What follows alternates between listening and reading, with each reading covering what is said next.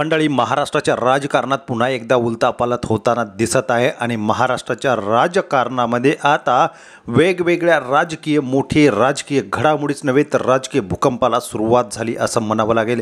एकीकडे देवेंद्र फडणवीस, एकीकडे एकनाथ शिंदे यांच्यामधला तूतूमैमय आणि याचबरोबर ती उद्धव ठाकरे यांची सेना आणि राज ठाकरे यांची सेना मनसे एकत्र आल्याने अनेक अडचणीचा सामना एकनाथ शिंदेंना करावा लागत असतानाच एकनाथ शिंदेसाठी अतिशय महत्त्वाची बातमी समोर आलेली आहे।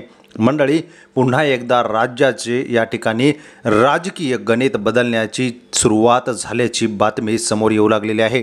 उद्धव ठाकरे, राज ठाकरे एकत्र आल्याने एकनाथ शिंदे कोंडीत सापडतील अशी सर्वांना या ठिकाणी वाटतंय। तर दुसरीकडे एकनाथ शिंदे आणि देवेंद्र फडणवीस यांच्यामधून वास्तवही सध्या जात नाहीये।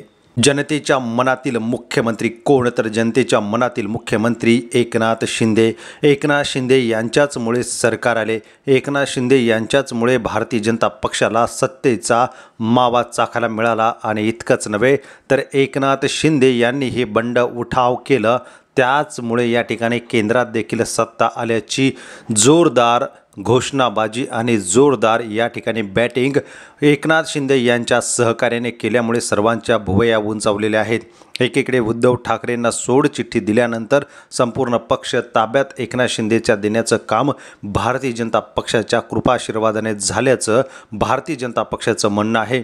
तर या ठिकाणी एकनाथ शिंदेच मुख्यमंत्री होणार होते, मात्र अनेक अडचणी देवेंद्र फडणवीस यांनी निर्माण केल्या आणि त्याचमुळे पुन्हा एकदा अमित शहा आणि केंद्रातील भारतीय जनता पक्षाच्या नेत्याने या ठिकाणी एकनाथ शिंदेंना उपमुख्यमंत्री पद दिलं। तर याचबरोबर ते आता एकनाथ शिंदेंचा पक्ष फोडायला सुरुवात झाल्यामुळे एकनाथ शिंदे दिल्ली दरबारी आपली कैफियत मांडायला गेले आणि याच वेळी वेगवेगळ्या राजकीय घडामोडी घडायला सुरुवात झालेली आहे। केंद्रामध्ये या ठिकाणी जे सरकार बसलेले आहे त्याने नितीश कुमार यांना कमी आमदार येऊन सुद्धा मित्र पक्षाची युती आहे, त्यामुळे मुख्यमंत्री पदावरती पुन्हा एकदा बसवलं। मग महाराष्ट्रामध्ये एकनाथ शिंदे यांच्या नेतृत्वाखाली आपण निवडणूक लढवली, एकनाथ शिंदेनेच लाडकी बहीण योजना आणली, एकनाथ शिंदेनेच धडकेपडके कार्यक्रम केले आणि त्याचबरोबर ती कार्यकर्त्यांची कामंसुद्धा केली, त्यामुळे एकनाथ शिंदे या ठिकाणी राज्याचे पुन्हा मुख्यमंत्री होणार आहेत असं शालेय शिक्षण मंत्री दादा भुसे यांनी स्पष्ट केलेले आहे।